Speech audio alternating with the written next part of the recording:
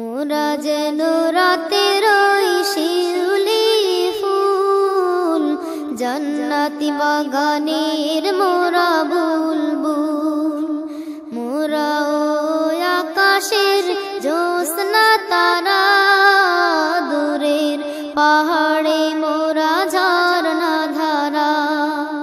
মোরা যেন রাতের ওই শিউলি ফুল, জান্নাতি বাগানের মোরা বুলবুল। মোরা ওই আকাশের وسلم من قرأ القرآن فاستظهره فأحل حلاله وحرم حرامه أدخله الله الجنة وشفعه في 10 من أهل بيته كلهم قد وجبت له النار. آمنت بالله صدق الله مولانا العظيم وصدق رسوله النبي الكريم. سبحانك لا علم لنا إلا ما علمتنا إنك أنت العليم الحكيم. رب اشرح لي صدري ويسر لي أمري واحلل عقدة من لساني يفقهوا قولي. جزا الله عنا محمدا ما هو أهله. اللهم أرنا الحق حقا وارزقنا اتباعه وأرنا الباطل باطلا وارزقنا اجتنابه. درود إبراهيم پڑھی. اللهم صل على محمد وعلى آل محمد كما صليت على إبراهيم وعلى آل إبراهيم إنك حميد مجيد. اللهم بارك على محمد وعلى آل محمد كما باركت على إبراهيم وعلى آل إبراهيم. توحید کی امانتیں سینوں میں ہے ہمارا، آسان نہیں مٹانا نام و نشان ہمارا. بلغ العلا بجمالہ کشف الدجى بجماله حسنت جميع خصاله. صلوا عليه. عشق نبی اگر جس دل میں حاصل نہیں، لاکھوں چیز حاصل ہے مگر کامل مومن نہیں. بلغ العلا بکمالہ کشف الدجى بجمالہ حسنت جمیع خصالہ. صلوا علیہ وآلہ. او پھل نہیں جس پھل کے اندر خوشبو نہیں.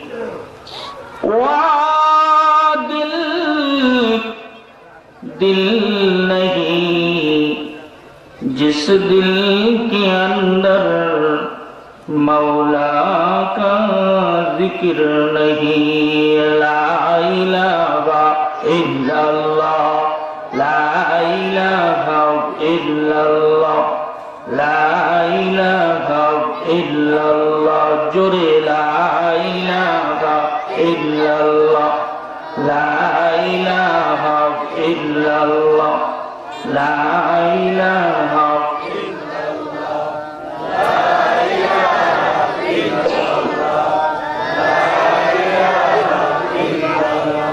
সময় থাকতে বান্ধব ভেলা কাজে লাগবে সন্ধ্যাবেলা কিছুই তোমার সঙ্গে যাবে না যেতে হবে একলা। লা ইলাহা ইল্লাল্লাহ লা ইলাহা ইল্লাল্লাহ লা ইলাহা ইল্লাল্লাহ লা ইলাহা ইল্লাল্লাহ মুহাম্মাদুর রাসূলুল্লাহ। আলহামদুলিল্লাহ।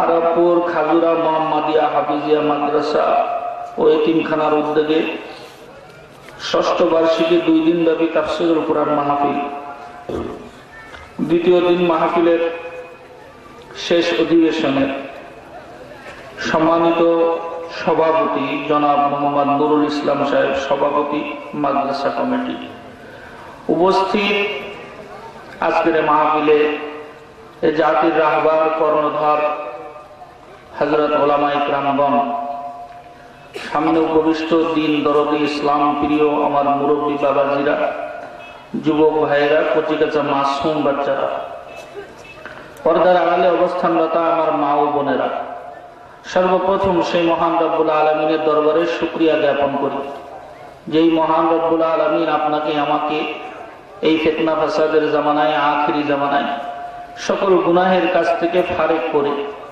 10 মায়ের 10 সন্তানকে আপন হয়ে কোরআন ও হাদিসের জলসা তথা জান্নাতি বাগানের মধ্যে জাকিরিন শাকিরিন আল্লাহ ওয়ালাদের সাথে আসবার বসবার তৌফিক দান করছেন, এতে আমরা খুশি না বেজার? সকলেই দিল খুলে বলি আলহামদুলিল্লাহ। বর্তমান সময়ে মুসলমানদের অবস্থা খুবই নাজুক। সকল মানুষের জন্য কঠিন অবস্থা না, মুসলমানের জন্য। মুসলমানদের মধ্যে আবার যারা নামে মুসলমান তাদের জন্য অসুবিধা না, যারা নামেও মুসলমান কাজেও মুসলমান ওদের জন্যই অসুবিধা। যারা নামে মুসলমান মানে শুক্রবারের দিন গরু গোশত কিনে খায়, ওই দেহে মানুষ বোঝে যাও মুসলমান। কেউ আছে যারা মুসলমান হইতেছে এই জন্য বোঝে যাও মুসলমান। এই ধরনের দ্বারা এই সমস্ত মানুষের জন্য কোনো সমস্যা না। সমস্যা হলো তাদের জন্য যারা নামে মুসলমান, কাজেও প্রত্যেক কাজেই সে ব্যক্তি মুসলমান থাকতে চায়, তাদের জন্য বর্তমান সময় বড় কঠিন পরিস্থিতি। কথা ঠিক না বেঠিক? বন্ধুরা, আমরা যাদেরকে মানুষ হিসাবে দেখি, মানুষ কিন্তু আসলে এই যে বাহ্যিক যেটা সুরত দেখা যায় এটার নাম মানুষ না। এটার নাম মানুষ, এটার নাম মানুষ না। এটা আদমশুমারিতে মানুষ হইতে পারে, কিন্তু আল্লাহ তাআলার খাতায় মানুষ হইতে গেলে অন্য কোন কাজ, এমন কিছু কাজ আছে যে কাজগুলো করে আল্লাহর খাতায়, মানুষের খাতায় নাম লেখাইতে হয়। এই যে যেটা উপরে দেখতেছি এটাকে সূরাত বলা হয়। এই সূরাতের কোনো দাম নাই আল্লাহ তাআলার কাছে যদি সিরাত ভালো না হয়। আর যার সিরাত ভালো হয়ে যাবে তার সূরাত অটোমেটিক ভালো হয়ে যাবে। আমার আগে মুফতি মনির সাহেব খুব ভালো ভালো হাদিস এবং কোরআনের আলোকে আপনাদের কথা শোনাইছেন। বন্ধু, খুব একটা বুঝার বিষয় এটা। আপনার একটা উদাহরণ দিলে আপনি বুঝে যাবেন যে মানুষ কারে কয়। দিল্লি শাহী মসজিদের পাশে একটা খানকা আছে, ওখানে আল্লাহর ওলির বসবাস ছিল। কোন একজন মানুষে কোন একদিন যে বলতেছে, হযরত আমার জন্য একটু দোয়া করেন। সাধারণত আমরা আল্লাহ ওয়ালাদের কাছে দেখলে, হাক্কানি পীর মাশায়েখদের কাছে গেলে, ইমাম সাহেবদের কাছে, আলেম ওলামাদের কাছে গেলে আমরা দোয়া চাই না? কথা বল না কেন? এই দোয়া চাওয়ার মতো যাই বলতেছে, হযরত মেরে লিয়ে কুছ দোয়া কিজিয়ে, আমার জন্য কিছু দোয়া করেন। যে যেমন হয় তার কথার ওজনও তেমন হয়, যে যত বড় তার দোয়াও তত বড়। তো হুজুরে দোয়া করতেছেন, আল্লাহ তুঝে ইনসান বানা দে। সুবহানাল্লাহ। সবাই বুঝে গেছেন কি কইছে? আল্লাহ তাআলা তোমাকে মানুষ বানায়া দে। 2 নম্বর দিন আবার আইসে বলতেছে, হুজুর আমার জন্য কিছু দোয়া করেন। তো হুজুরের প্রথম দিনের যে দোয়া, দ্বিতীয় দিন আবার ওই একই দোয়া করছে। 3 নম্বর দিন যে আবার দোয়া চাইতেছে, হুজুর আবার তার জন্য একই দোয়া করছেন, আল্লাহ তুঝে ইনসান বানা দে। 3 নম্বর দিন গেছে রাগ হয়ে, আপনি কি দোয়া করেন? আমি তো মানুষই, আমার আবার মানুষ বানায় দেখলে কি দোয়া করলেন আপনি? খুব রাগ হয়েছে। আপনি আমার সাথে মস্কারি করেন? ভাই, দুনিয়াতে আল্লাহ ওয়ালাদের নজরে এমন কিছু জিনিস আছে যেটা ওনারা দেখেন, সাধারণ মানুষের নজরে এটা দেখা যায় না। ওনারা অন্য কিছুই দেখেন। আল্লাহ বললে তো ওনারা কিতাবাদি দিয়ে বুঝাইতে পারবেন না এই কথাটা। এমন কিছু কথা আছে যেগুলো বাস্তবে বুঝাইতে হয়, কিতাবাদি দিয়ে বোঝানো যায় না। মনে করেন কেউ যদি কবরের আযাব অস্বীকার করে, কবরে কোনো আযাব টাযাব নাই, আপনি কিতাবাদি পড়ে আমরা বুঝাইতে পারবেন? অত কিতাবাদি বুঝবে না। ওরা বুঝাইতে গেলে একটা কাজ করা লাগবে, ওরা মাইরে কবরে ভরে দেবো, তাহলে ও বুঝে যাবে যে কবরে আযাব আসে না। নাই মহিলা প্যান্ডেলে মা বোন যিনারা বসছেন, ওখানে লোক ধরতেছে না। আপনারা সকলেই চাইবে চুপে আগায় বসেন, যাতে করে অন্য মা বোনরা বসার সুযোগ পায়। আল্লাহর ওলি তারা বাস্তবে বোঝানোর জন্য আল্লাহর ওলির মাথার মধ্যে একটা রুমাল ছিল, রুমালটা নিয়ে ওই ব্যক্তির মাথার উপরে দিয়ে দিছে। যেই মাত্র রুমালটা মাথার উপরে দিয়ে দিছে, এবারে এক পাশের থেকে এক দাঁড়ছে একেবারে আল্লাহর ওলির হাতে একটা লাঠি আসলে, বুড়া হয়ে গেলে মানুষ বর দিয়ে হাঁটে না, লাঠি দিয়ে এক পাশে পিটানি শুরু করছে। যারা দেখে তারই পিটায়, যারা দেখে তারই পিটায়। পিটাইতে পিটাইতে আল্লাহ দেখলো সব তো মারবে, দৌড়ে দিয়ে রুমাল খুলে ফেলছে।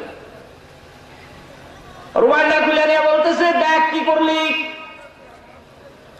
কতগুলো মানুষরে পিটায় রক্তাক্ত করলি, কেন এতগুলো মানুষরে পিটাইলি, করে কেউ অনুমতি দিছি নাকি?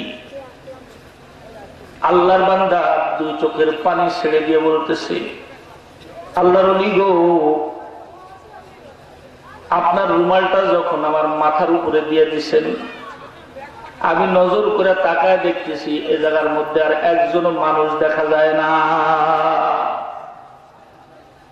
দোকানের দিকে তাকায় দেখতেছি গরুতে বিক্রি করতেছে, ছাগলে কিনতেছে,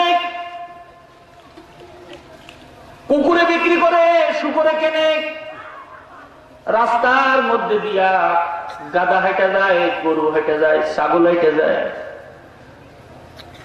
একজন মানুষও আমার নজরের মধ্যে পড়ে নাই। তার মানে সুরতের মধ্যে কোন মানুষ যদি মানুষও থাকে, সিরাতের মধ্যে যদি তার মানুষত্ব না থাকে, আল্লাহ পাকের খাতায় ওই ব্যক্তির নাম মানুষের খাতায় থাকে না। কয়েকদিন আগে পত্রিকার মধ্যে দেখছেন 80 বছরের বুড়া বাপ তার নিজের মেয়ের দর্শন করছে। মহিলা পরপুরুষে আসক্ত হইয়া নিজের সন্তানের গলায় দড়ি দিয়া জুলাই ফিয়া পরপুরুষের সাথে বাইরে গেছে। একই মায়ের পেটের সন্তান, সামান্য একটু জমি জামা নিয়ে গন্ডগোল বাঁধছে, নিজে আপন ভাইকে খুন করে ফেলেছে, এমন নজির জিনেদায় আছে না নাই? আল্লাহ তাআলা কোরআনে হাকিমের মধ্যে ওই কথাটাই বুঝাইছেন, উলাইকা কাল আনআম, উলাইকা কাল আনআম বাল হুম আদল। গর্বা সূরাত আদমি ইনসাবুদে আহমদ আবু জেহল হামিয়ত সাবুদে। আল্লাহ পাক রব্বুল আলামিন বলেন, ওরা সুরতের মধ্যে মানুষ হইতে পারে কিন্তু সিরাতের মধ্যে মানুষ নয়। ওরা হইল জানোয়ারের থেকেও খারাপ। জানোয়ারে যে কাজ করে না, মানুষ হইয়াও সেই কাজ করে। বন্ধুরা আমার, আল্লাহ পাকের জান্নাতের মধ্যে কোনো জানোয়ারের জায়গা হবে না, মানুষের জায়গা হবে। আর মানুষ হইতে গেলে আল্লাহর রসুলের আদর্শের বাইরে কেউ মানুষ হইতে পারবে না। কথা ঠিক না? ঠিক।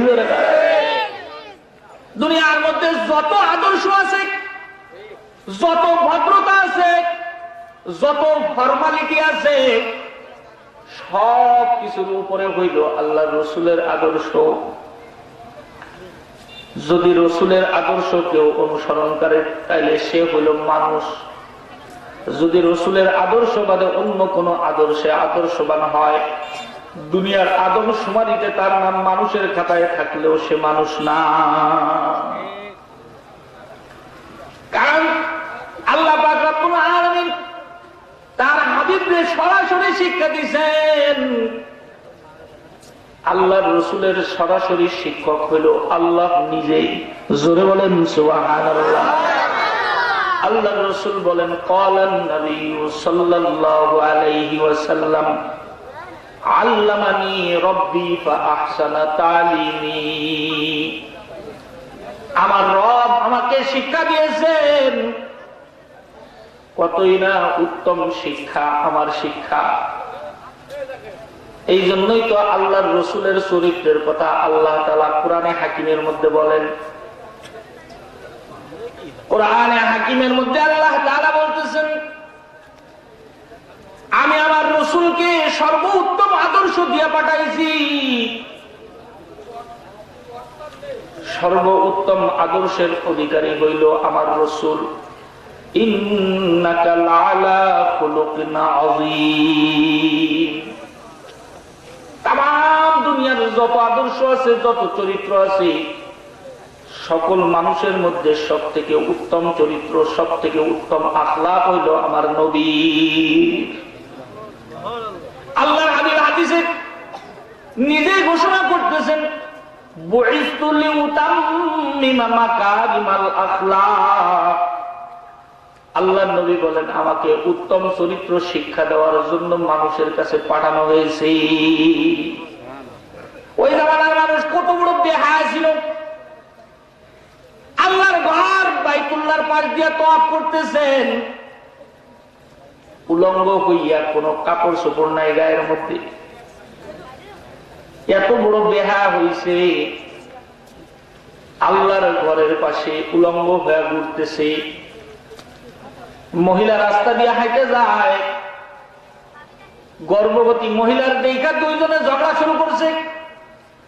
একজনে বলতেছে পেটের মধ্যে ছেলে বাচ্চা আছে, আর একজন বলে মেয়ে বাচ্চা আছে। বলে দেরি করিস কেন, আয় মহিলার পেট ফাইটা এখনই দেখা লই মহিলার পেটের মধ্যে ছেলে আছে না মেয়ে আছে।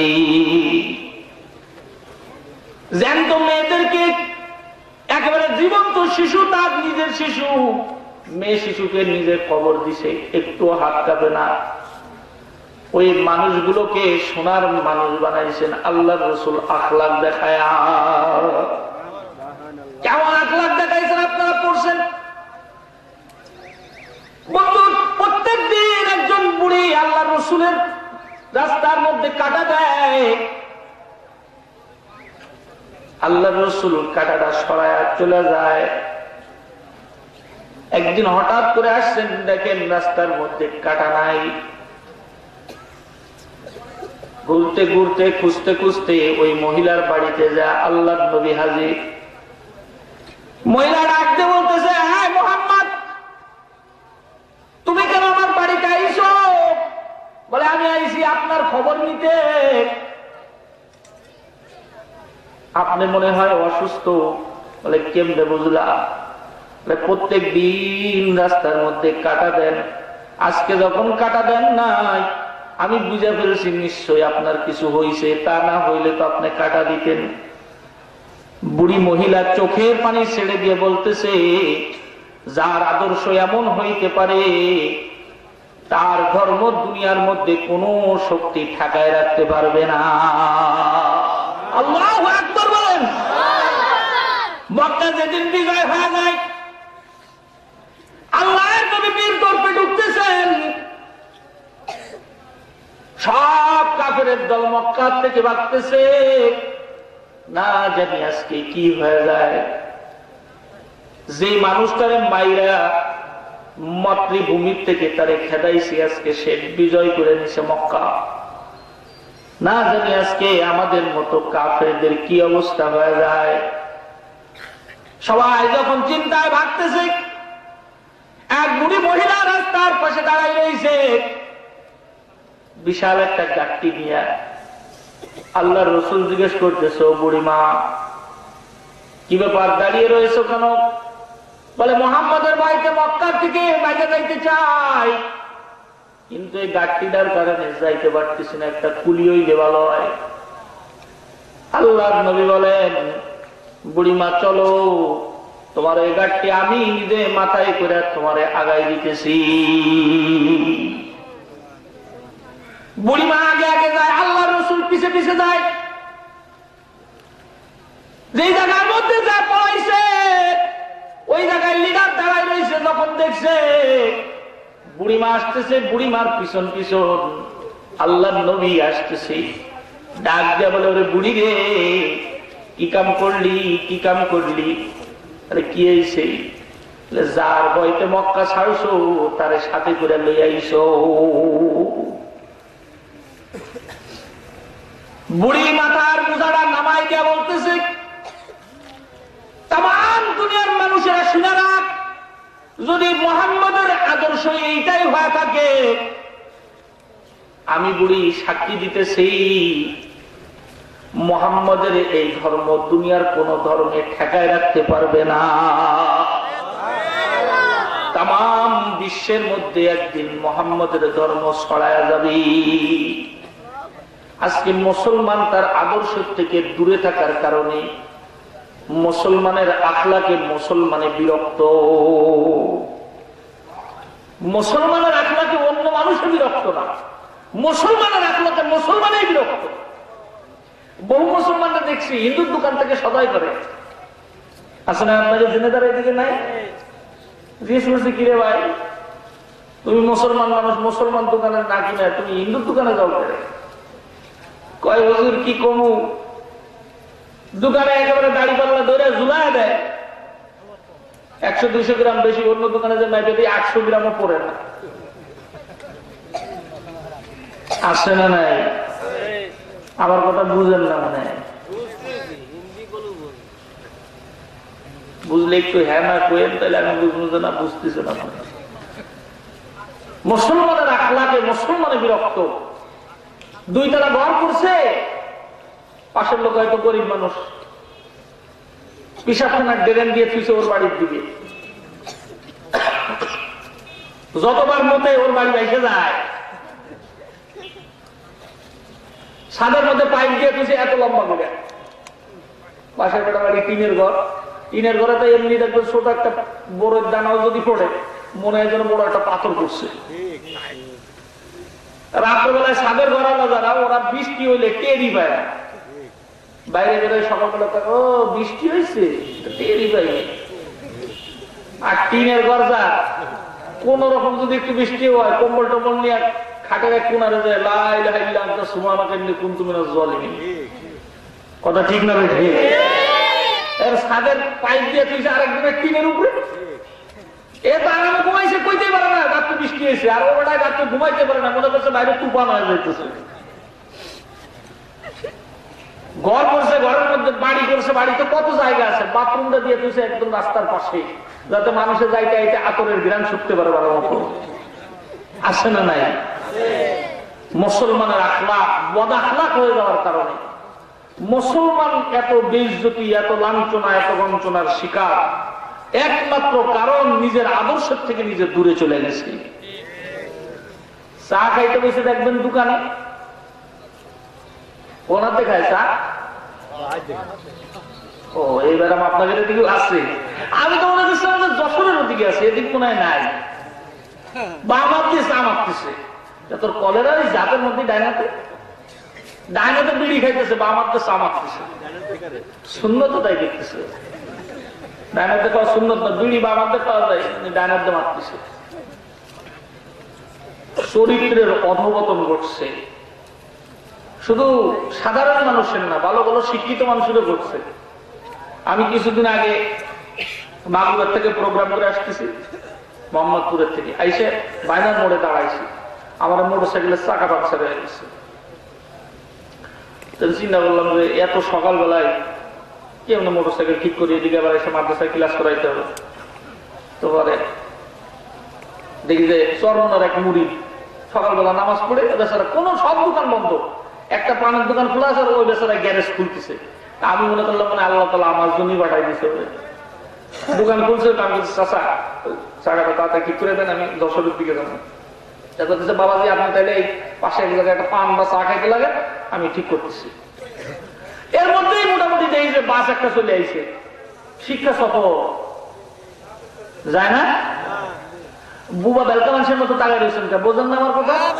শিক্ষা সফরে যায় না, আপনাদের দিয়েছে শিক্ষা সফর যায় কারা? কৃষক, শ্রমিক, দোকানদার, এরা শিক্ষা সফরে যায়। শিক্ষার্থী আর শিক্ষক মিলে শিক্ষা সফরে যায়। তাহলে স্কুল রাখছে কি জন্য? গাছ কাটার জন্য? স্কুলটা কিসের? শিক্ষার জন্য। তার মানে যে শিক্ষা স্কুলে দেওয়া যায় না, জঙ্গলে নিয়ে শিখতে হয়, ওইটা শিখানোর জন্য বাস ভাড়া করে আলাদা করে নিয়ে যায়। কথা ঠিক না? ঠিক না? মুসলমানের বাচ্চা শিক্ষা সফরে যেতেছে, এমন শিক্ষা দিয়ে নিয়ে আসে, কয়েকদিন পরে দেখবেন আইসে বমি বমি ভাব হইতেছে, তাড়াতাড়ি নার্সিং হোমে নিয়ে যাওয়া লাগে। তো বাস এসে দাঁড়াইছে, ওর গায়ে তো ব্যানার দিয়ে রয়েছে শিক্ষা সফর, নাম কইলাম না, স্কুলের নাম না কয় ভালো, আমার মনে আছে। তো দাঁড়াইছে, পরে স্কুল থেকে বাইরে এসে ওই বাসের থেকে একজন বাইরে এসে, বাইরে এসেই মাশাআল্লাহ একেবারে পশ্চিম পূর্ব দেখা দেই না, রাস্তার পাশে দাঁড়াই নলবারকে ঝেড়ে দিছে। আমি কিন্তু পাশেই দাঁড়ালাম, আমি মনে করছি বাসের হেলপার টেম্পার হবে মনে হয়। নল ছড়া শেষ, স্যান্ডেল টাইনে দিয়ে এসে এবার শুরু করছে 2 নম্বর কাম। 1 নম্বরটা তো হয়ে গেছে, এবার 2 নম্বরটা শুরু করছে। তা আমি আর আরে হুজুর মানুষ দেখলেও তো তারা সিগারেট খায়, ওরা একটু সরে যায় খায়, কারণ হুজুর মানুষের সিগারেটের গন্ধ সহ্য করতে পারবে না। আর ও খাবি না আমার পাশে এসে দাঁড়ায় খাইতেছে। তা আমি জিজ্ঞেস করলাম, ভাই আপনি কি বাসের হেল্পার? কইতেছে কি বানান? আমি এলাম এই স্কুলের টিচার।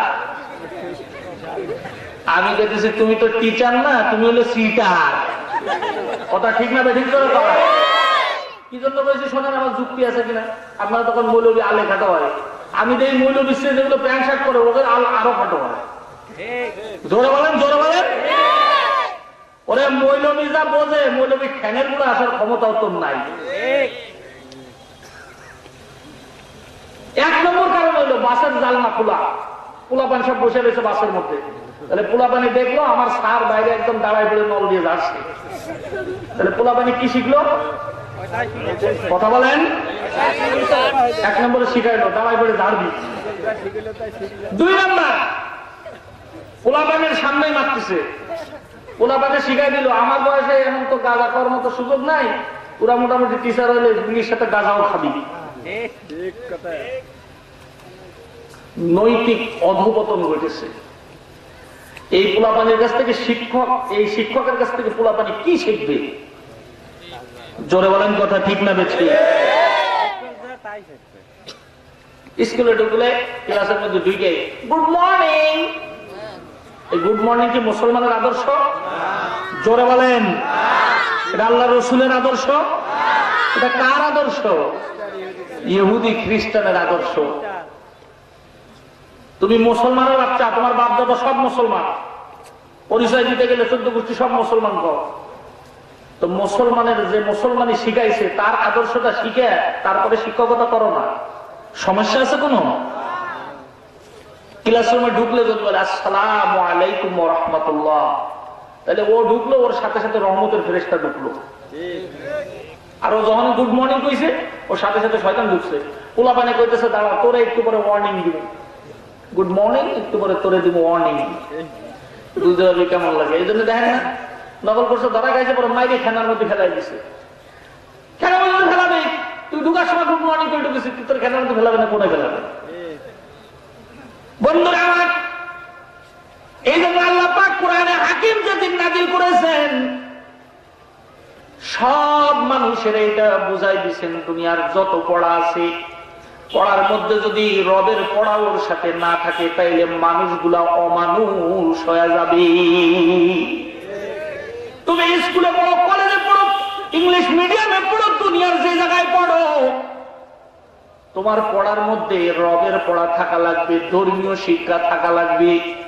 ধর্মীয় শিক্ষা না থাকলে মানুষ কয়দিন পরে হাইওয়ান হয়ে যাবে। আল্লাহ বলেন ইকরা বিসমি রাব্বিকাল্লাযী খালাক। ওই পড়া পড় যে পড়ার মধ্যে তোর রবের কথা আছে। জোরে কোন সুবহানাল্লাহ। তাম দুনিয়ার মধ্যে যত জ্ঞান আছে, যত শিক্ষা আছে, আল্লাহর রাসূল বলেন সব শিক্ষার মধ্যে সব থেকে দামি শিক্ষা হইল খায়রুকুম মান তাআল্লামাল কুরআনা ওয়া আল্লামা। যে কুরআন শিখবে আর যে কুরআন শিখাবে, এরা হইল সব থেকে দামি। শুধু তাই নয় বন্ধু, আল্লাহর নবী বলেন আসমানি যতগুলো কিতাব আছে, সমস্ত কিতাবের মধ্যে সর্বশ্রেষ্ঠ কিতাব হইল কোরআন, যেটাকে আল্লাহ তাআলা আল্লাহর ভাষায় কালামুল্লাহ বলেছেন। সরাসরি আল্লাহ তাআলার কথা। হযরত হাকিম মুহাম্মদ তানভী লেখেন, যদি আল্লাহ তাআলার সাথে কারোর কথা কইতে মনে চায়, কোরআনে কারীম পড়লে তার সাথে আল্লাহর সাথে কথা হয়ে যায়। বন্ধু, দুনিয়ার মধ্যে যত পড়া আছে, কোন পড়ার মধ্যে এরকম নাই প্রত্যেক অক্ষরে অক্ষরে তার নেকি মিলবে। আছে নাকি? জোরে বলেন। কোরআনে হাকিম এমন একটা কিতাব যার প্রত্যেকটা অক্ষরের মধ্যে কম পক্ষে 10 নেকি মিলবে। আল্লাহর নবী বলেন, যে ব্যক্তি কোরআন তেলাওয়াত করবে, কম পক্ষে 3টা লাভে সে লাভবান হবে। জোরে কোন সুবহানাল্লাহ। এক নাম্বার হইল, আল্লাহর নবী বলেন, قال النبي صلى الله عليه وسلم من قرأ حرفا من كتاب الله تعالى فله 10। জোরে আল্লাহু আকবার। আল্লাহর নবী বলেন, যদি কোরআনের একটা অক্ষর বিনা ওযুতে কেউ পড়ে, ওযু দিয়া পড়ে না, এই যে বসে রয়েছেন, শুধু একবার আলিফ বললে কমপক্ষে তার আমলনামার মধ্যে 10টা নেকি জমা হয়ে যায়। যদি কেউ ওযু সহকারে পড়ে, তাহলে 10-এর সাথে 10 গুণ দিলে কত হয়? 20 হয়। এরকম ব্যবসা করলি ব্যবসা লাগবে। 10-এর সাথে 10 গুণ দিলে 100 হয়। কথা ঠিক না বেটি? বন্ধু, ওয়াজ শুধু শুনলি হবে না, হুঁশির সাথে শোনা লাগবে। আল্লাহ নবী বলেন, যদি কোন মানুষে ওযুর সাথে কোরআনের একটা অক্ষর পড়ে, আল্লাহ পাক রব্বুল আলামিন তার আমলনামায় 100 নেকি লিখা দিবে। ও বন্ধু, ওই মানুষটা যদি নামাজের মধ্যে দাঁড়ায় পড়ে আলহামদুলিল্লাহি রাব্বিল আলামিন আর রহমানির রহিম মালিকি ইয়াউমিদ্দিন, এমন কইরা নামাজের মধ্যে তেলাওয়াত করতেছে, আল্লাহর নবী বলেন এক এক অক্ষরের বিনিময়ে তার আমলনামার মধ্যে 500 নেকি লেখা হবে। বন্ধুরা আমার, এই কোরআনে হাকিম যদি কোনো মানুষের পড়ার জন্য বাড়ির থেকে বের হয়, আমার কথা না, আমার বাপের বানানো কথা না, আল্লাহর নবীর কথা বলতেছি। আল্লাহর নবী বলেন, কোরআন শিক্ষা করার জন্য ঘরের থেকে বের হইলি, তুই ঘরের থেকে মাদ্রাসার দিকে নয়, তুমি ঘরের থেকে আল্লাহর জান্নাতের দিকে রওনা দিলা। মান সালাকা তারিকান ইয়ালতামিসু ফীহি ইলমান সাহালাল্লাহু বিহি তারিকান ইলাল জান্নাহ। আল্লাহর নবী বলেন, ঘরের থেকে বের হয়ে এলেন শিক্ষা করার জন্য, ও ঘরের থেকে মাদ্রাসার দিকে নয়, সরাসরি আল্লাহর জান্নাতের দিকে রওনা হয়। শুধু তাই নয়, আল্লাহ পাক রব্বুল আলামিন কোরআন পড়নে ওয়ালার পায়ের নিচে দিয়া ফেরেশতাদের নূরের পর বিছানোর ওয়াদা করছে। শুধু তাই নয়, যদি কোন তালিবে ইলম কোন কবরের পাশে দাঁড়ায় যায়, শুধু দাঁড়াইছে, কবর জিয়ারত করে নাই, আল্লাহর নবী বলেন ওর কদমের উসিলায় কবর ওয়ালার কম পক্ষে 40 দিনের শান্তির ফায়সালা করা হয়। এবং দুনিয়ার মধ্যে যারা মনে করছো মৌলবী বানায়া ওই বেড়ায় ঠকছে, মৌলবী বানায় ঠকে নাই, মৌলবী বানায় আসে আসলে জিতছে। দুনিয়ার যত মানুষের যত বিল্ডিং বানাইছে, সর্বোচ্চ কত তলা বানাইছে? সর্বোচ্চ কত তলা হয়েছে দুনিয়ার মধ্যে? 160 তলা। দুবাইওয়ালা বানাইছে 60 তলা মাটির নিচে সমুদ্রের ভিতরে, 100 তলা উপরে, তাও দেখতে গেলে টুপি গড়িয়ে যায়। যে 100 তলা বানাইছে ওকে 100 তলা নিয়ে কবরে চলে যাবে নাকি কম? কথা বলেন। যে বেড়ায় যত ধনী সে তত ফকির, এটা জানেন? যে যত ধনী সে তত ফকির। কি জন্য জানেন? যে 2 তলা বিল্ডিং বানাইছে, যে 2 তলা বিল্ডিং বানাইছে, দেখবেন যে 2 তলা বানায় রড খানিক বাইর করে রাখে। কথা কন? কি জন্য রাখে জানেন? ভাই বল আপাতত 2 তলা করার পয়সা আছে, এই জন্য রড বাইর করতেলাম, এখন আপাতত ভৈরি হালতে আছি, যদি আবার কিছু জমে তো উপরে আরো কিছু বাড়াবা নাই। আপনি ঠিক করলেও ঠিক, না করলেও ঠিক। 100 তলা যে বানাইছে ও কি রড ঢুকাই যায় নাকি ভিতরে? 100 তলার উপরে রড উপরে উঠাই দিয়েছে, তার মানে ও বুঝাইতে যায় ভাই 2 তলা যা ফকির ওর থেকে আমি আরো বড় ফকির, 100 তলা করে আমার পেট ভরে নি, এখনো যদি টাকা পয়সা কোনো সময় হয় তা আবার উপরে করবো। কথা ঠিক না ঠিক করে ভাই? বন্ধু, দুনিয়ার যারা বিল্ডিং করেছো, দুনিয়ার বিল্ডিং একদিন দুনিয়ায় থেকে যাবে, তুমি খালি হাতে কবরে যাইবা। কিন্তু জান্নাতের মধ্যে যে বিল্ডিং করেছো, জান্নাতের বিল্ডিং কোনোদিন খালি হবে না, জান্নাতের বিল্ডিং ভাঙা হবে না, জান্নাতের বিল্ডিং এর থেকে কোনোদিন নামানো হবে না। আল্লাহ পাক রব্বুল আলামিন বলেন, কিয়ামতের ময়দানে হাফেজে কোরআনদেরকে এক এক করে ডাকা হবে, ডাকবেন এদিকে আয়। আর ওই পাগল ছাগল গুলোর ডায়ে নিয়ে যারা মৌলবীদের দেখলে কইছে তোরা পড়ছ, দুনিয়াও শেষ আখিরাতও শেষ, কোনো সার্টিফিকেটও তো নাই, পড়ছে না না পড়ছে, আজকে দেখানোর জন্য ওদের ডাইকে নিয়ে আয়। সবগুলোর সামনে আসার পরে আল্লাহ বলবেন ইউকালু লিসাহিবিল কুরআন, আল্লাহু আকবার। হাফেজে কোরআনদেরকে ডাক দিয়ে বলবেন ইউকালু লিসাহিবিল কুরআন, এই কুরআনওয়ালা, কুরআনের কত পাওয়ার আজকে দেখা দে। ইকরা ওয়ারতাকি ওয়ারাত্তিল কামা কুনতা তুরাত্তিলু ফিদ দুনিয়া। দুনিয়ার মধ্যে যেমন কোরআন তিলাওয়াত করতে, আজকে একটু কোরআন তিলাওয়াত করা আমি মাওলাই শুনবো। হাফেজে কোরআন যখন কোরআন তিলাওয়াত শুরু করবে, এক এক আয়াত পড়তে থাকবে আর জান্নাতের মধ্যে এক এক তালা হইতে থাকবে। হাফেজে কোরআন যেখানে যে থামবে তার বিল্ডিং ও ওই জায়গায় যায় থামবে। দুনিয়ার মানুষ সারা জীবন চেষ্টা করলেও 6666 তালা বানাতে পারবে না। দুনিয়ার বিল্ডিং হইলো বাটারির দিয়া জান্নাতের বিল্ডিং হইল একটা স্বর্ণের ইট, একটা হইল রূপার ইট। এমন নিয়ামত আল্লাহ রাখছেন, দুনিয়ার মানুষের দেখে নাই তো দেখে নাই, দুনিয়ার মানুষের কোনোদিন কল্পনাও করতে পারবে না এত সুন্দর বিল্ডিং। বন্ধু শুধু তাই নয়, যাদের সন্তান আছে বহু জায়গায় মাহফিলে গেলে এই যে মুসাফিরা কয়, হুজুর আমার পোলাটা ইংলিশ মিডিয়ামে পড়ে, একটু দোয়া করেন যেন বড় একটা পদে চাকরি পায়, ওসি হতে পারে, ডিসি হতে পারে, এসপি হইতে পারে, সচিব হইতে পারে, এরকম দোয়া চায়।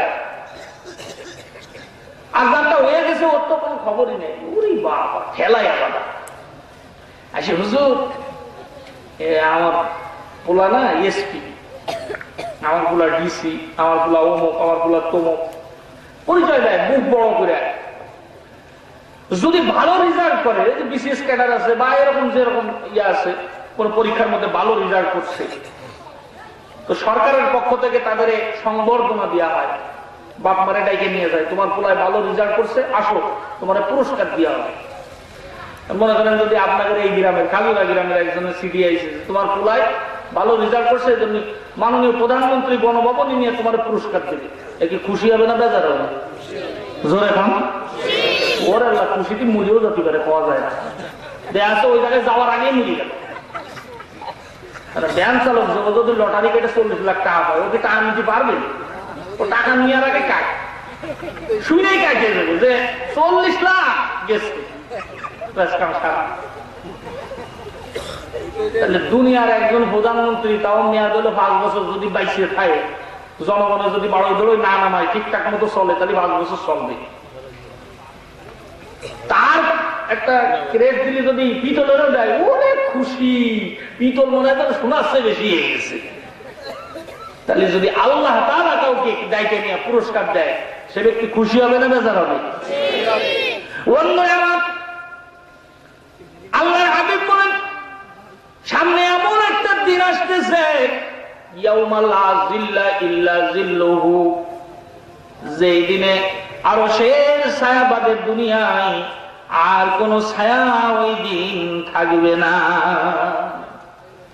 ওই কিয়ামতের কঠিন ময়দানে আরশের সামনে দিয়ে সারি সারি কোটি কোটি নূরের চেয়ার বিছানো থাকবে। কিয়ামতবাসী মনে করবি, মনে হয় এই জায়গার মধ্যে বুঝি আজকে বড় বড় নবী যারা আছে, আল্লাহর ওলি আছে, এরা মনে এনে বসবে।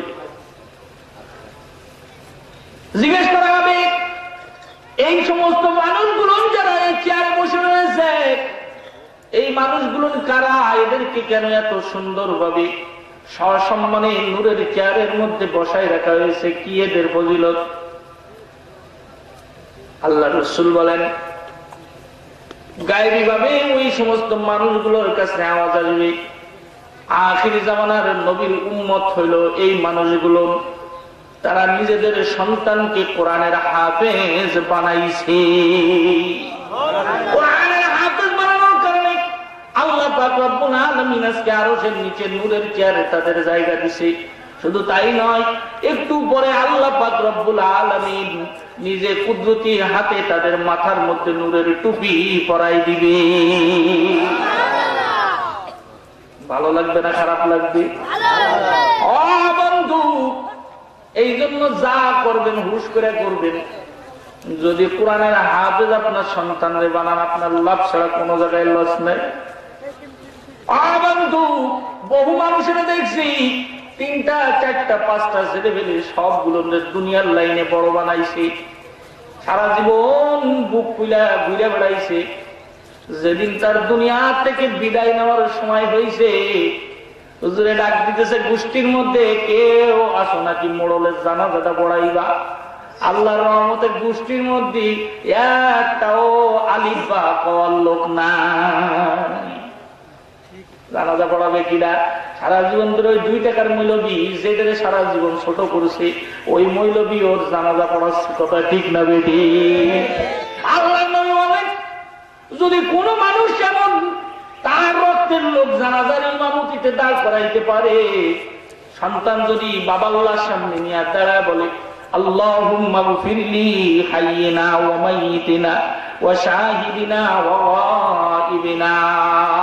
আয় রব্বুল আলামিন, জানাজার মধ্যে আমরা যারা দাঁড়াইছি আমাদের সকলে তুমি মাফ করে দাও। আল্লাহ, যার জানাজা সামনে নিয়ে দাঁড়াইছি আর যে সেই নয়, কেউ এলো আমার জন্মদাতা বাবা, আল্লাহ তুমি মেহেরবানি করে আমার বাবাকে মাফ করে দাও। আল্লাহ নবী বলেন, ওই সন্তানের দোয়ার উসিলায় কবরে যাওয়ার আগে আগে জানাজার শেষেই তার গুনাহগুলো মাফ করে দেওয়া হয়। বন্ধুরা আমার, কোরআন হাদিসের কথা যদি আপনার ব্রেনের মধ্যে ঢোকে তাইলে ভালো, যদি না ঢোকে তাও ভালো। বন্ধু, কবরে কিন্তু সবার যাওয়া লাগে, কথা ঠিক না? কেউ কিন্তু দুনিয়ায় থাকতে পারবো না। চোখ বিদায় একটুখানি দেখেন তো, যে ব্যক্তি প্রধানমন্ত্রী ছিল, যে রাষ্ট্রপতি ছিল, কবরে যাওয়ার পরে কি প্রধানমন্ত্রী আর রাষ্ট্রপতিগিরি থাকে না চলে যায়? সব চলে যায়, কিছু থাকে না, পরিচয় নাই, পরিচয়হীন কবরে যাইতেছে। দুনিয়ার কোন পরিচয় তার কাজে লাগবে না। কিন্তু যদি কোরআনওয়ালার সাথে মহাব্বত থাকে, কোরআনের সাথে মহাব্বত থাকে, কোরআন ওই ব্যক্তির ছাইড়া কবরে যাবে না। সেও কবরে, তার কোরআনও চলে যাবে কবরে। আল্লাহ রাসূল বলেন, ইযা উযিআল মাইয়াতু ফি কবরিহি জাআল কুরআনু ইনদা রাসিহি। সুবহানাল্লাহ। আল্লাহ নবী বলেন, মুর্দাকে কবরে রাখতে দেরি। কোরআনের সাথে যার মহব্বত রয়েছে, কবরের মধ্যে যাওয়ার সাথে সাথে কোরআন কবরে তার মাথার পাশে যায় দাঁড়ায় যাবে। যত সওয়াল জবাব করতে থাকবে, কোরআন ডাক দিয়ে বলবে, আমার এই দোস্তরে আজকে ঘুম ভাঙায় না, আমার দোস্তর সকল সওয়ালের জবাবগুলো আমি দিয়া দেই। বন্ধুরা আমার, যে কথা বলছিলাম, কোরআনে হাকিম পড়লে একজন মানুষের তিনটা লাভ। এক নম্বর হইল, প্রত্যেক অক্ষরের বিনিময়ে কমপক্ষে 10টা করে নেকি জমে। 2 নম্বর হইল, কোরআনে কারীম পড়লে তার দিল পরিষ্কার হয়ে যায়।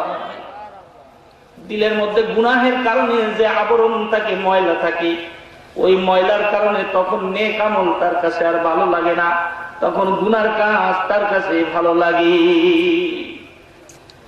মানুষের দুনিয়ার খাদ্য যেরকম চাকার জন্য, স্বাদ চাকার জন্য আল্লাহ জিহ্বা দিচ্ছেন, ইবাদতের স্বাদ চাকার জন্য আল্লাহ তাআলা কলব দিচ্ছেন। কথা ঠিক না বেঠি?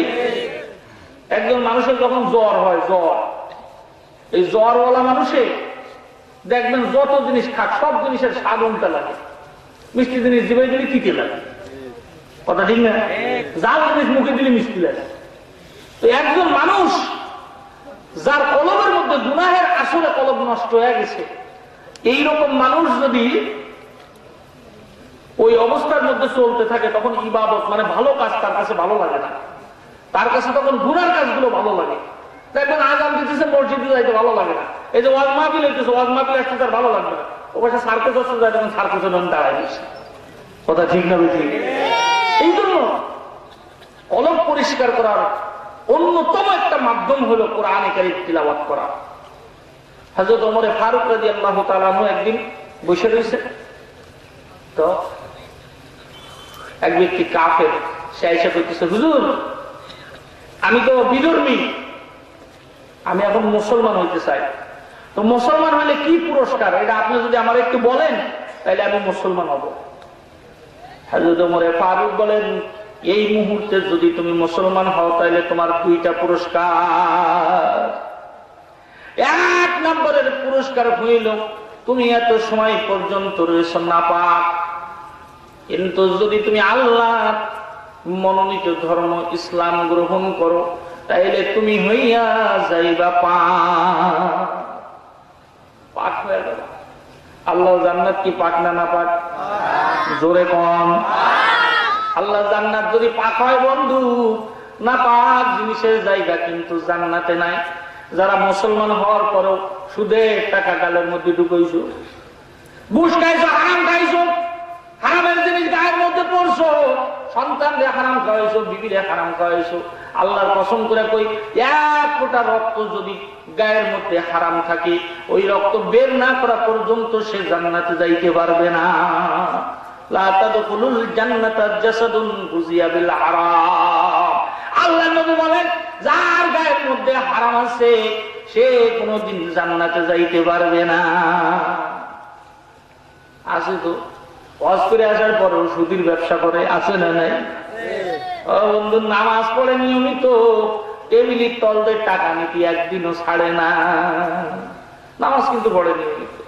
মাঝে করে এক অফিসে গেছি আমাদের যশোরে, কোন এক কাজে একজনের সাথে গেছি, তো এই যে কথা বলতেছে অফিসারের সাথে, নামাজের সময় গেছে, জোর আগুন দিয়ে দিছে, তো অফিসার কইতেছে, টুপিটা মাথায় দিয়ে কইতেছে, যা করবেন তাড়াতাড়ি করেন, নামাজের সময় হয়ে যেতেছে, মানে যা করবেন তলতে তাড়াতাড়ি দিয়ে দেন, নামাজের সময় হয়ে যাচ্ছে। তুই ওই খাইয়ে যে নামাজ পড়িস, তোর নামাজ কি হবে? কথা বলেন, আল্লাহর সাথে সিটারি, সব জায়গায় সবকিছু চলে। যা হোক, তাহলে ইসলাম গ্রহণ করলে 1 নম্বর হলো তার পাক হয়ে যাবে। 2 নম্বর পুরস্কার হইল সামিতু আনিন নবী সাল্লাল্লাহু আলাইহি ওয়াসাল্লাম মান ক্বালা লা ইলাহা ইল্লাল্লাহ ওয়াজাবাত লাহুল জান্নাহ। জোরে বলেন সুবহানাল্লাহ। আমি নিজের কানে শুনছি আল্লাহর রাসূল বলেছেন, যেই ব্যক্তি লা ইলাহা ইল্লাল্লাহ বলবে আল্লাহর জান্নাত তার উপরে ওয়াজিব হয়ে যাবে। এইবার ওই ব্যক্তি মুসলমান হয়ে গেছে, যখন চলে যায় হযরত ওমর ফারুক ডাক দিয়ে ধরছেন, বলেন, ভাই আমার হায়াতের মধ্যে আমি বহু মানুষ দেখেছি মুসলমান হইতে, কিন্তু এরকম দৌড়াইতে দৌড়াইতে এসে কাউকে মুসলমান হইতে দেখি নাই। কি এমন কাজ তোমার সাথে হয়েছে যার কারণে তুমি এরকম দৌড়তে দৌড়তে এসে মুসলমান হইছ? ওই ব্যক্তি ডাকতে বলে, ওমর ফারুক, ওমর খলিফাতুল মুসলিমিন, আমি যখন বাড়ির থেকে বের হয়েছি, রাস্তার মধ্যে আসার পরে দেখি রাস্তার পাশে একজন ব্যক্তি কোরআন পড়তেছে। আমার কাছে এত মধুর লাগলো, আমি কোরআন ওয়ালার পাশে দাঁড়ায় দাঁড়ায় শুনতে থাকলাম। ওমর খলিফাতুল মুসলিমিন যখন কোরআন আমার কানে গেছেন, আমার মনের মধ্যে থেকে মনে হইতেছে কত ভারী ভারী জিনিসগুলো দিলের থেকে নেমে যাইতেছে। এরকম শুনতে শুনতে কিছু সময় পরে মনে হইতেছে আমার কলকটা একেবারে হালকা হয়ে গেল, আমার চোখের কোণা দিয়ে পানি এসে পড়ছে। আমি চিন্তা করতেছি, এটা দুনিয়ার মানুষের কোনো কালাম হইতে পারে না, এই কালামটা নিশ্চয়ই ঐশী বাণী। সুতরাং এই কালামের মালিক যে আছে তার উপরে ঈমান আনা ছাড়া আমার কোনো মুক্তি নাই। বন্ধুরা আমার, এই জন্য যে কথা বলছিলাম, কোরআনে হাকিমের পিছনে আপনার যত মহাব্বত থাকবে, কিয়ামতের ময়দানে আপনার তত সুবিধা হবে। আল্লাহ রাসূল বলেন, আর কোরআন হুজ্জাতুন লাকা আও আলাইকা, কোরআন হয়তো তোমার পক্ষে হবে বা বিপক্ষে হবে। যেন কোরআনের পক্ষে থাকতে রাজি আছেন ইনশাআল্লাহ? বন্ধু, দুনিয়ার মধ্যে কিছু মানুষ আছেন যারা মানুষ হওয়ার পরেও মানুষের আখলাক গ্রহণ করেন নাই। আল্লাহ বলেন, ওই সমস্ত মানুষগুলোকে জান্নাতি মানুষের জিজ্ঞেস করবে, কি ব্যাপার রে, জাহান্নামের মধ্যে কেন আইলি রে? মুসলমান হওয়ার পরেও কেন তুই জাহান্নামের মধ্যে? আমার খালা বড় ধার্মিক লোক ছিল, এই চাচতো ভাই আমার চাচা বড় ধার্মিক লোক ছিল। এই কাউকে দেখবে তার নিজের আপন ভাই জাহান্নামের মধ্যে, ডাক দিয়ে বলবে, ভাই তুমি যে মার পেটের থেকে আসছো, আমিও তো ওই মার পেটের থেকে আসছি, আজকে আমি জান্নাত পাইলাম, তুমি কেন জাহান্নামে গেলাম? আমি দুনিয়ার মধ্যে মানুষ ছিলাম ঠিক, কিন্তু 5টা দোষ আমার মধ্যে ছিল, অর্থাৎ 5টা গুণ আমি অর্জন করতে পারি নাই, যার কারণে আমার নামটা মানুষের খাতায় ছিল না। আমার জন্য আল্লাহর জান্নাত বরাদ্দ না হইয়া আল্লাহর জাহান্নাম আমার জায়গা হইছে। সূরা মুদাসসিরের মধ্যে আল্লাহ পাক রব্বুল আলামিন জান্নাত এবং জাহান্নাম এই 2 জায়গার বাসিন্দাদের সংলাপ তুলে ধরেছেন। জান্নাতি মানুষগুলো জিজ্ঞেস করবে, মা সালাকাকুম ফি সাকার, কি কারণে জাহান্নামের মধ্যে আইছো?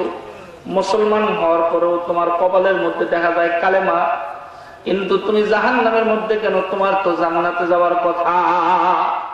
সরাসরি বন্ধু, দুনিয়ার মধ্যে যদিও মানুষের মিথ্যা কথা বলে, কবরে যাইয়া কবরের জিন্দেগির পরের থেকে নিয়ে কেউ কোনো মিথ্যা কথা কবে না। কবরের থেকে সবাই সত্যি কথা কওয়া শুরু করে দেবে। কেন জানেন? জাহান্নামে যাদের জিজ্ঞেস করবে, তা ওরা বলবে একদম সত্যি কথাটাই বলবে। বলবে আমাদের মধ্যে 5 দোষ ছিল। 1 নম্বর হইল লাম নাকু মিনাল মুসাল্লি, মুসলমান ছিলাম কিন্তু মুসল্লি ছিলাম না। আছে না নাই? আরো জোরে কোন? মুসলমান হইছে বন্ধু, মনের ভুলেও পশ্চিম দিকে উসট খায় না, মনের ভুলেও নামাজ কালামের ধারে কাছে নাই। নাম জিজ্ঞেস করলি আমার নাম আব্দুর রহমান, নাম কি আব্দুর রহমান, মসজিদে তো দূরে থাকে, পশ্চিম দিকে উসট খায়। আমার ভাষায় আমি নামাজিদের, আমাদের দেশের কিছু, আমাদের যশোরের কথা বলতেছি, আমাদের যশোরে কিছু নামাজি আছে, যেহেন তো আপনাদের এদিকে এরকম আসে নাই। কিছু আছে শুকুর আলী, শুকুর আলী বুঝেন? শুধু শুক্রবারের দিন মসজিদে যায়, আর সারা বছর আল্লাহর মতে সারা সপ্তাহ কোনো খবর নাই। আপনাদের এদিকে আছে জিনেদার এইদিকে? আল্লাহও আছে। কতগুলো আছে বরাত আলী, শুধু সবে বরাতের রাত্রি খুঁজে পাওয়া যাবে, আর কোনোদিন খবর নাই। কিছু আছে কদর আলী, সবে কদরের রাত্রি আছে, বাকি কয়দিন খবর নাই। আছে না নাই? বন্ধু কিছু আছে রমজান আলী, রমজানের চাঁদ উঠছে, কত সুন্দর মুসল্লি নামাজ পড়ে, যে ঈদ চাঁদ উঠে গেছে নামাজ দণ্ডানাটান হয়ে গেছে। আছে না? আর এক গ্রুপ আছে সবচেয়ে বড় মুসল্লি, এরা মসজিদে ঢুকার চান্স পায় না, শুধু মাঠে ঘাটে ঘুরে বেড়ায়। ওরা হলো ঈদ আলী, ঈদ আলী, শুধু ঈদ নামাজ পড়ে, আর কোন নামাজের খবর নাই। এরাও কিন্তু মুসল্লি। এরা চিন্তা করতে পারে আমরাও তো মুসল্লি, তাহলে আল্লাহ জান্নাত মনে আমরাও পাবো। এই কথা, আল্লাহ জান্নাতের কথা দুনিয়ার মধ্যে কোরআন শরীফে একদম ক্লিয়ার করে দিয়েছে। এটা ঠেলাও বেশি, এই সিজনালি মুসল্লি যেগুলো, এগুলো ঠেলাও বেশি। যে এখন ওরে বাবা একেবারে সুতির মাঠ দিয়া জামা একটা গায়ে দিয়ে 4 তলা 5 তলা টুপি একটা মাথায় দেবে দিয়ে, ওর চাষা অনেক গেছিল, অজের তাইসে দেখছে বাইবুটা নামাজ পড়ে না, তাহলে কেমনে কই নামাজের কথা চিন্তা করছে, একটা যায় নামাজ দিই, তিনি বুঝবেন যে যায় নামাজ দিয়েছে, চাষা নামাজ পড়া লাগবে। ও মনে করছে যায় নামাজ, এটা মনে হয় সিজনে সিজনে ব্যবহার করতে দিচ্ছে, ওটা আল্লাহর মধ্যে তুলে দিচ্ছে। ওই সময় দেখবেন একেবারে বগলের মধ্যে নিয়ে মসজিদে যখন আইতে যায়, দেখলি মনে হয় একেবারে আব্দুল কাদের জিলানীর বাইরে বাইরে যাচ্ছে। কথা ঠিক না? আর এমনি এই যে সিজন যখন চলে, ওই সময় দেখবেন 5 ওয়াক্ত মুসল্লি যারা, এরা মসজিদে জায়গা পায় না। এই উটকো মুসল্লির ভিড়, যারা নিয়মিত নামাজ পড়ে এরা জায়গাই পায় না, কারণ এরা তো অভ্যাস হলো যখন আজান দেবে তখন মসজিদে যাবে। আর এরা তো বছরে একদিন বা হয়তো ওই সিজনে সিজনে 2-4 দিন, ওরা আজান দিয়ে আধা ঘন্টা আগে যে সামনের কাতারে বসে থাকে, তারা নামাজ নামাজ এসে জায়গা পায় না, কি করবে? রুমাল বিষয়ে বাইরে নামাজ পড়া লাগে। কথা ঠিক না বেঠে? বন্ধু, এই যে যারা মুসলমান আসো কিন্তু সিজনে সিজনে নামাজ পড়ো, তারা ভালো করে শুনে নাও বন্ধু, কিয়ামতের ময়দানে আল্লাহ পাক রব্বুল আলামিন ডাক দেবে, দিকে তোর নাম কি? আমার নাম আব্দুর রহমান, নামাজ পড়ছো? আল্লাহ কি কও? সব পড়েছি, ফরজ নামাজ তো সব সময় পড়েছি, কোনোদিন তাকবীরুল্লাহ ছুটিনি, আসলে জীবনে কোনোদিন পশ্চিম দিকে উচটো খাইনি। আল্লাহ খাই নাই, তাহলে তোরা আজকে একটা বাম্পার অফার দিয়ে দিলাম। কি অফার? কথা কান না কে? Bumper offer. দেখবেন মাঝে মাঝে কোম্পানির মাল যখন না চলে তখন বাম্পার অফার দেয়, তার মানে মাল পড়ে রয়েছে, এগুলো একবারে চালান দিয়ে দাও, লাভ হলো আসো, কোম্পানি পরে হিসেব করবে। আল্লাহ বলবেন আজকে কিয়ামতের ময়দানে বাম্পার অফার, যে ব্যক্তি একটা কাজ করতে পারবি আমার জান্নাত তারে দিয়া দিব। ও কবে ওরে আল্লাহ, মৌলবীরা সারা জীবন ওয়াজ করেছে, এ খাইয়ে না ও খাও, এ করে না ও করো, এ করো তা করো, এইসব প্রতি আর শুনতে শুনতে কান জ্বালা হয়ে গেছে। আল্লাহ কাছে মাত্র একটা কাজ করলি জান্নাত। আল্লাহ তাড়াতাড়ি কও, এত সময় সূর্যের তলে দাঁড়াই থাইকা গিলুটা একেবারে শুকিয়ে গেছে, ওই যে জান্নাত দেখা যাচ্ছে, তাড়াতাড়ি যে একটু শরবত মরবত খাই দি। আল্লাহ বলবেন একটা কাজ কর।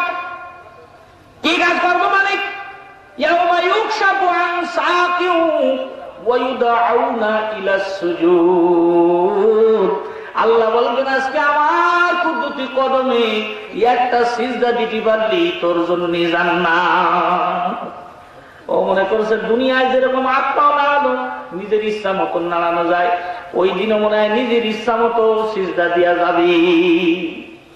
কেসি গেট দিয়েছেন, কেসি গেট, কেসি গেট দেখেননি? এই কেসি গেটের মধ্যে সচল রাখা লাগবে সবসময়, দেখবেন হয় মোবিল দিয়া লাগে না গিরিশ দিয়া লাগে।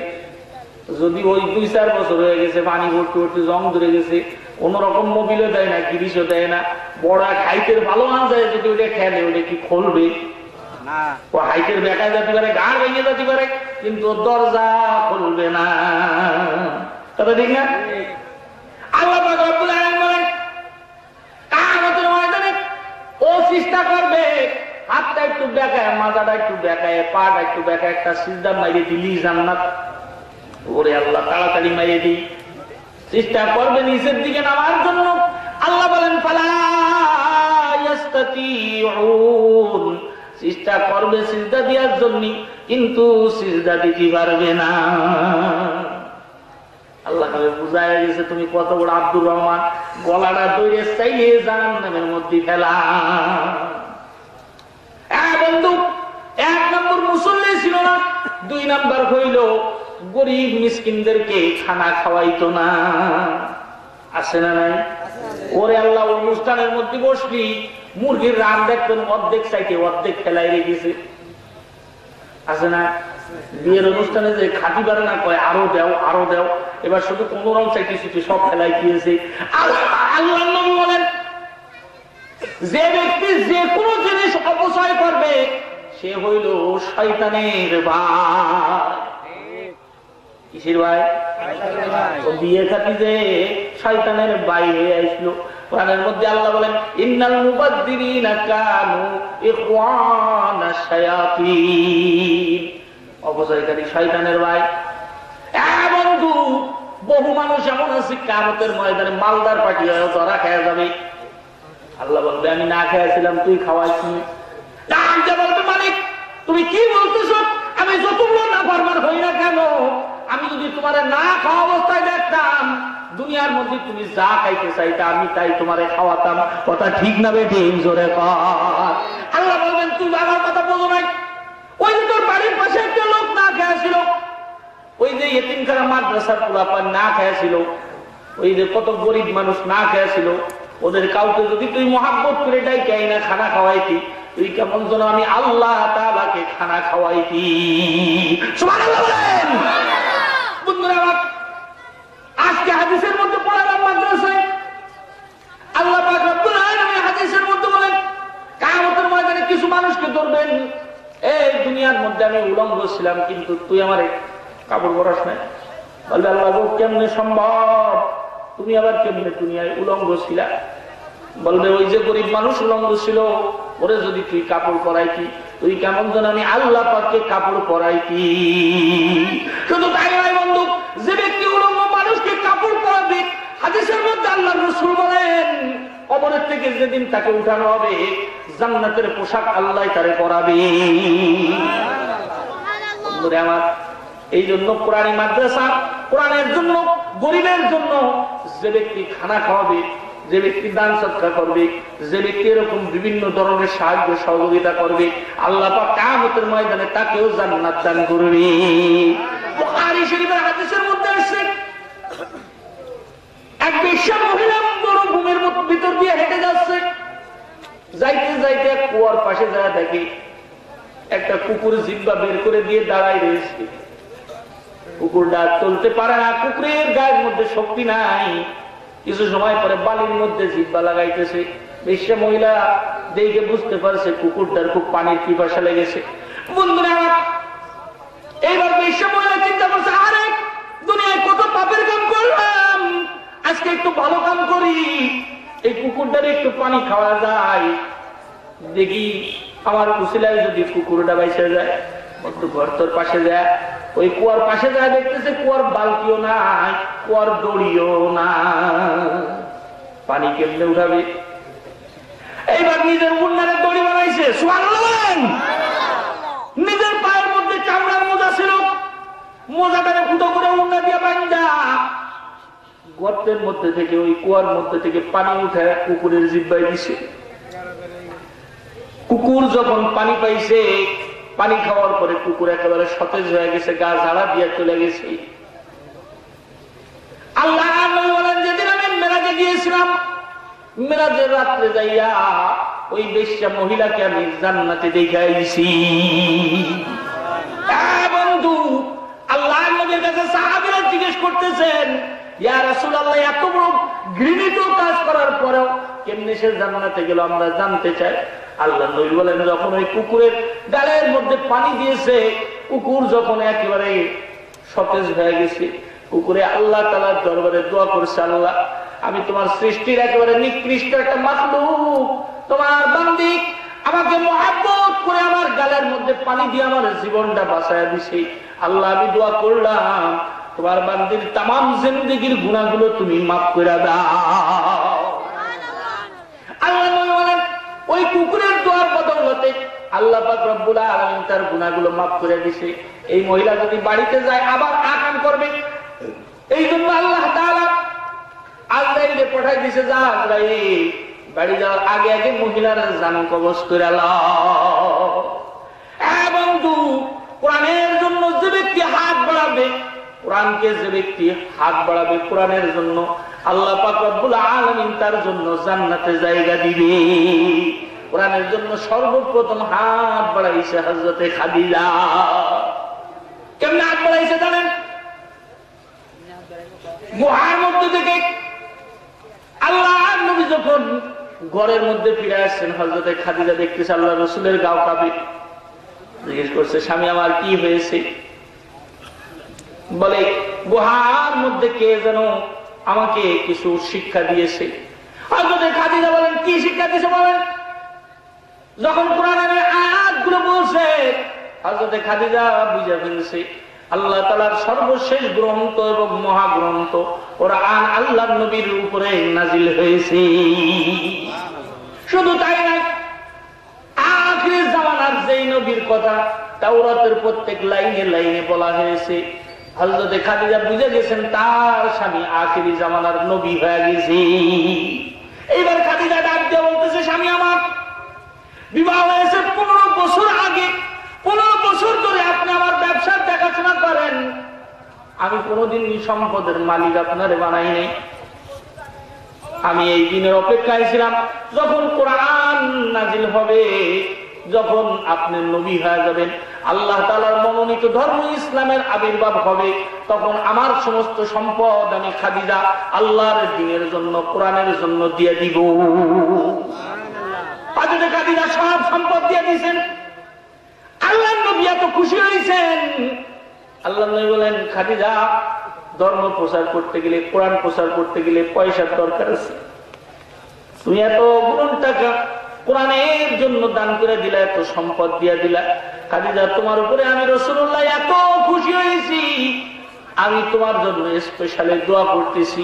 আল্লাহর নবী দোয়া করলেন, আল্লাহ, খাদিজারে তুমি জান্নাতের মধ্যে সর্বপ্রথম একটা আলাদা ঘর দান করো। বন্ধু, আল্লাহ নবী যেদিন মেরাজে গিয়েছিলেন, মেরাজে ঢুইকা একেবারে দরজা দিয়ে ঢুইকাই দেখেন ডান পাশে একটা বাঁশের বেড়ার ঘর। সুবহানাল্লাহ। হাদিসের কিতাবের মধ্যে লিখছে, আল্লাহ নবী জিবরাইলকে ডাক দিয়া কয়, ও জিবরাইল, জান্নাতের মধ্যে বুঝি ইটের টানাটানি করছে, জান্নাতের মধ্যে বাঁশের ঘর কি জন্য? হযরত জিবরাইল বলে, ইয়া রাসূলুল্লাহ, আপনার বুঝি মনে নাই, আপনি বলছিলেন খাদিজার জন্য আলাদা করে জান্নাতে একটা ঘর দেওয়ার জন্য। সব ঘর তো একই রকম, খাদিজার জন্য আল্লাহ আলাদা এই ঘর বানাইছে। আল্লাহ নবী বলেন, আমি একটু করে হাইটা সামনে যা দেখি, ঘরের মধ্যে লেখা রয়েছে ঘরের মালিক হইল খাদিজা। আমি জিব্রাইলকে বললাম, ও জিব্রাইল, এই ঘরের মধ্যে আমার কি একটু ঢোকার অনুমতি আছে? বলে, স্ত্রীর ঘরের মধ্যে ঢুকতে স্বামীর কোনো পারমিশন লাগে না, যান আপনি ভিতরে যান।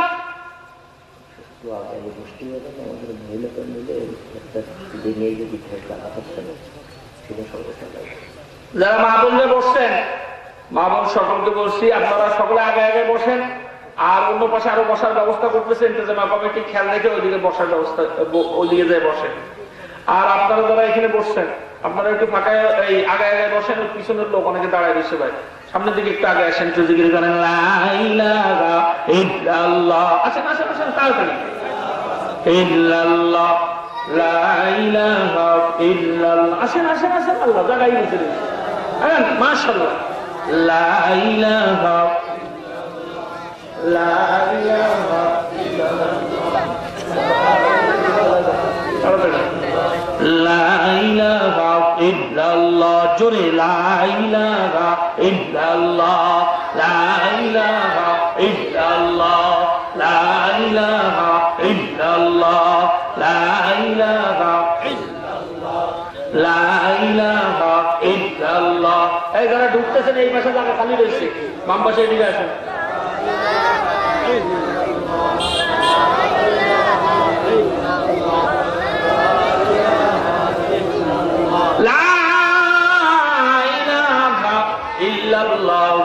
মুহাম্মাদুর রাসূলুল্লাহ।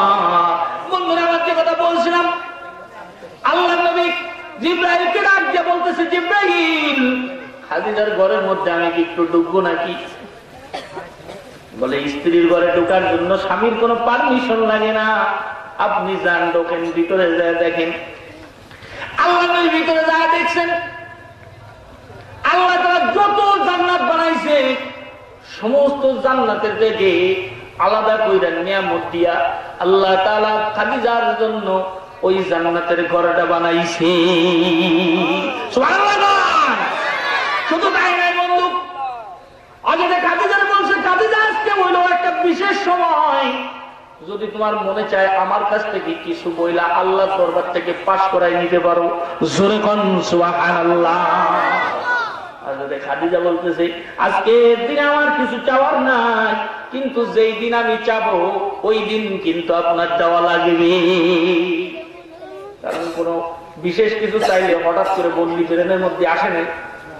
কারণ যদি আপনারা এসে জিবরাইল কয় এই মুহূর্তে 5 সেকেন্ডের মধ্যে যে কয় টাকার কথা বলি সেই কয় টাকা তো দিয়ে দেবো, 5 সেকেন্ডে করতে পারবে, চিন্তা করতে করতে 5 সেকেন্ড চলে যাবে, কথা ঠিক না? কত কব, যত কব মনে করবো যদি একটু বেশি করতাম তাহলে তো কাজ হতো, কথা ঠিক না? ঠিক। বন্ধু, আগে কাজে যায়, দিন যায়, বছর যায়, মাস যায়, সপ্তাহ যায়, কিছু কয় না। হঠাৎ করে একদিন ডাক দিয়ে বলতেছি, ইয়া রাসূলুল্লাহ, ইয়া হাবিবাল্লাহ, আমার শরীরের যে অবস্থা, মনে হয় আর বেশি দিন বোধহয় আমি বাঁচবো না। আমার ওই যে কথা আপনার সাথে ছিল, আজকের দিনে আমার ওই দাবিগুলো আমি পেশ করতে চাই। আল্লাহ নবী বলেন, হ্যাঁ খাদিজা বলো। বলে, আমার বেশি কিছু দাবি না, 3টা দাবি মাত্র। 1 নম্বর দাবি হইল, আমি খাদিজার যা আমল আছে এই আমল নিয়া আমি যদি কবরে যাই, জাহান্নামের আগুন আমারে ছাড়বে না। খাদিজা যদি এই কথা কয়, আপনার আমার অবস্থা কবরে গেলে কি হবে?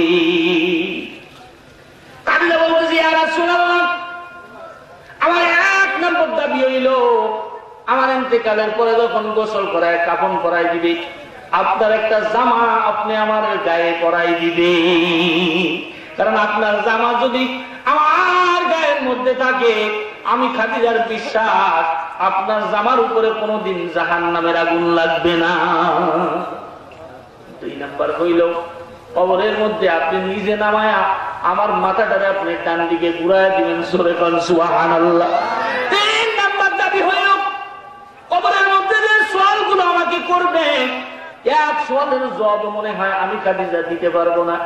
ইয়া রাসূলুল্লাহ, কবরের সওয়ালের জবাবগুলো আপনি আমার পক্ষ থেকে আপনি দিয়ে দিবেন। ভালো কথা কইছে না খারাপ কথা? জোরে বল।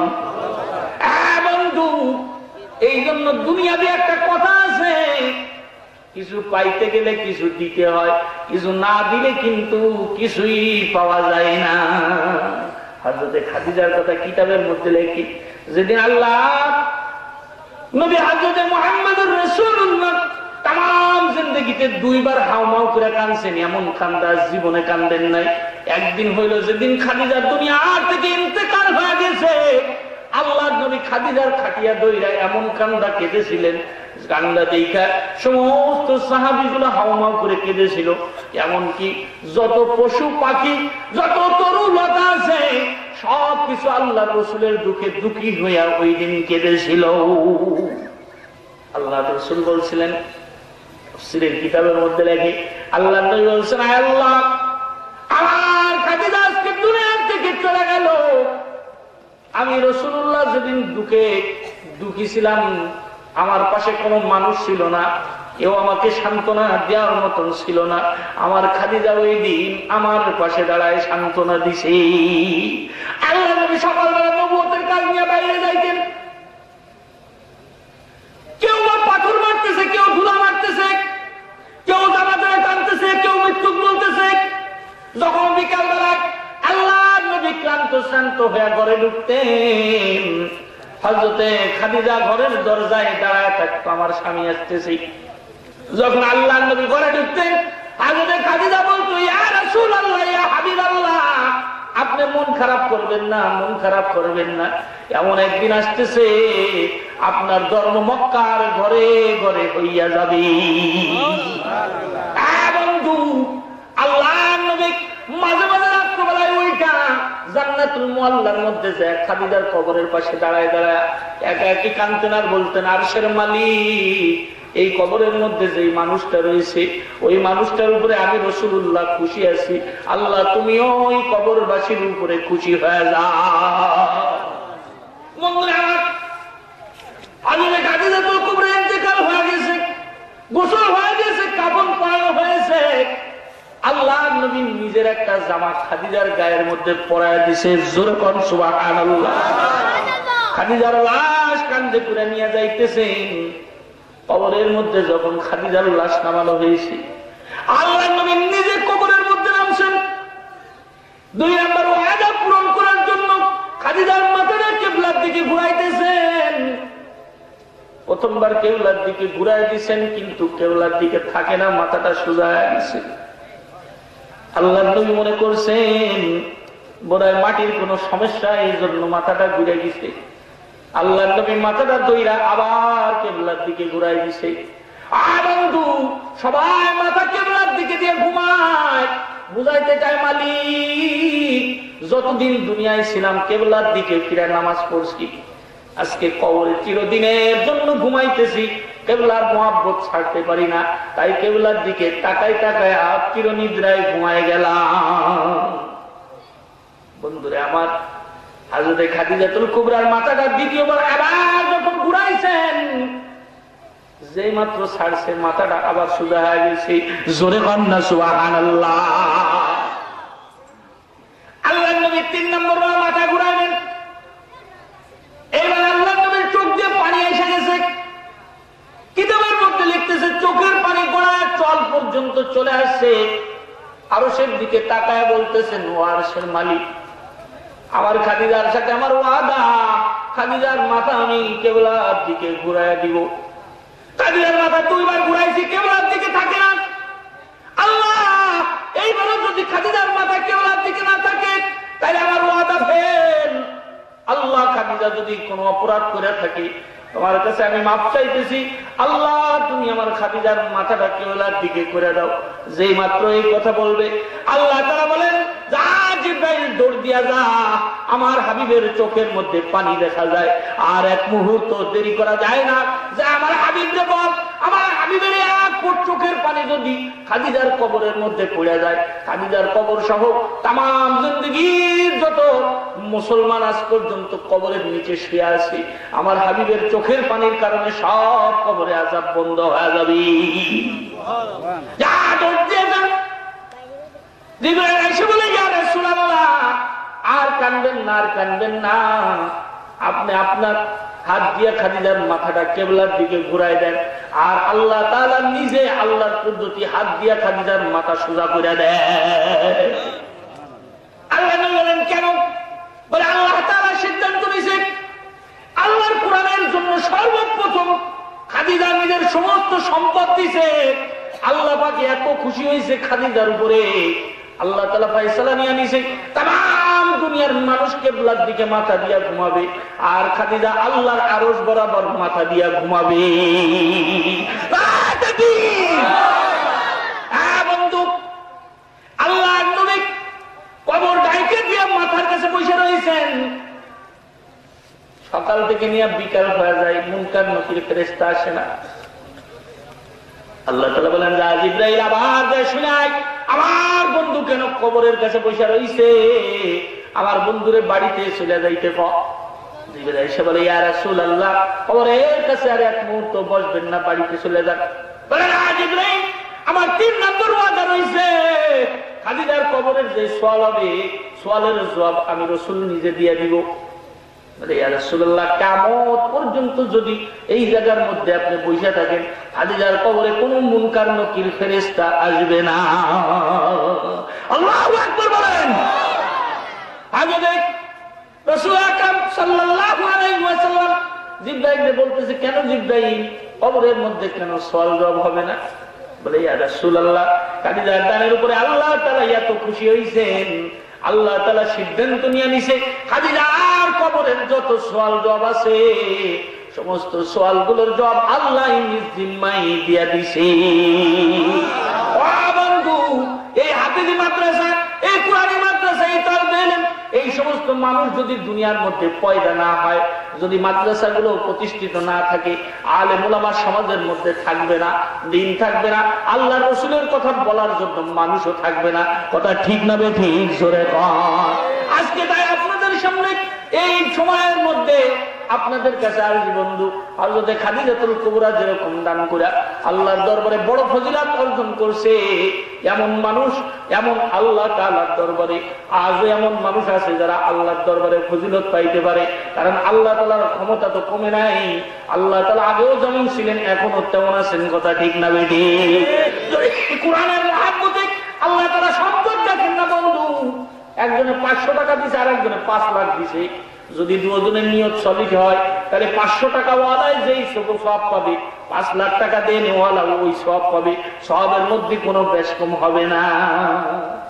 এই জন্য বন্ধু আজকের এই কুরআনি মাদ্রাসার জন্য আপনাদের কাছে আরজি, এই জায়গার মধ্যে হযরত খাদিজার মতন কোরআনের মহব্বত করেওয়ালা একটা মানুষ চাই, যেই মানুষটা কোরআনের জন্য 5,000 টাকা দান করবে।